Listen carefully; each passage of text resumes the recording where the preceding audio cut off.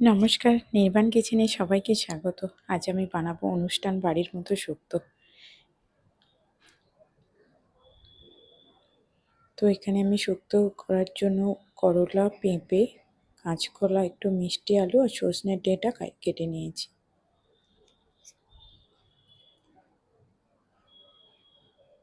এবার কড়াইতে আমি 2 টেবিল স্পুন মতো তেল দিয়েছি। দিয়ে আমি বড়ি ভেজে নেব। বড়িগুলো ভেজে এখানে আমি তুলে নিয়েছি। এবার ওই কড়াইতে আমি আরও 2 টেবিল স্পুন মতো তেল দিয়ে দিলাম। দিয়ে আমি করলাগুলোকে একটু ভেজে তুলে নেব।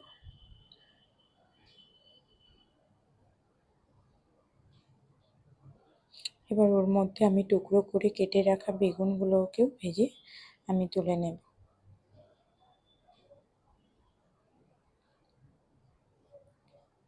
ওই কড়াইতে আমি আরও 2 টেবিল স্পুন মতো সর্ষের তেল দিয়ে দিয়েছি।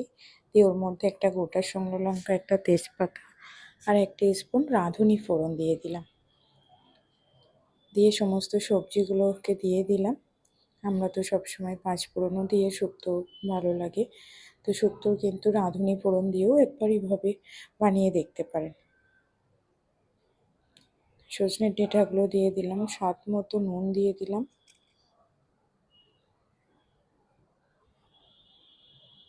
দিয়ে একটু হালকা নাড়াচাড়া করে নেব। খুব বেশি ফ্রাই করব না, একটু সামান্য লাল করে ভাজবো। এবার ওর মধ্যে আমি 1 চামচ আদা বাটা দিয়ে দিলাম। দিয়ে আবার একটু হালকা নাড়াচাড়া করে নেব। দিয়ে একটু সামান্য জল দিয়ে দিলাম। দিয়ে আমি সবজিটাকে ঢেকে রেখে দিলাম। সবজিটা কিছুটা বয়েলড হয়ে গেছে, পুরোপুরি কিন্তু সবজিটা বয়েলড হয়নি। এবার নাড়াচাড়া করে আমি ওর মধ্যে একটু জল দিয়ে দিয়েছি। কিছুটা জল দিয়ে দিলাম। এবার আমি এখানে 1 বাটি দুধ ওর মধ্যে আমি দিয়ে দিলাম। আপনারা চাইলে পুরোটাই দুধ দিতে পারেন। ফুল ক্রিম দুধ হলে একটু জল মিশিয়ে দেওয়াই ভালো। আমি এখানে ফুল ক্রিম দুধ দিয়েছি। এবার ওর মধ্যে আমি ভেজে রাখা বেগুনের টুকরোটা দিয়ে দিলাম।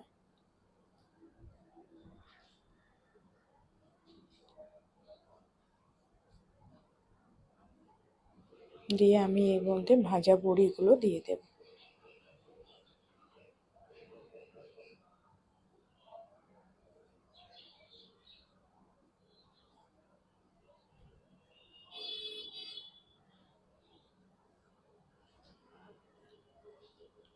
সবজি এমনিতেই সেদ্ধ ছিল।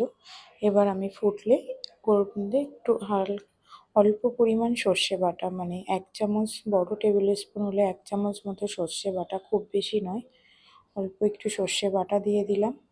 দিয়ে আমি একটু ফুটিয়ে নিলাম গ্রেভিটা। দিয়ে আমি নামানোর আগে 1 স্পুন ঘি দিয়ে দিলাম।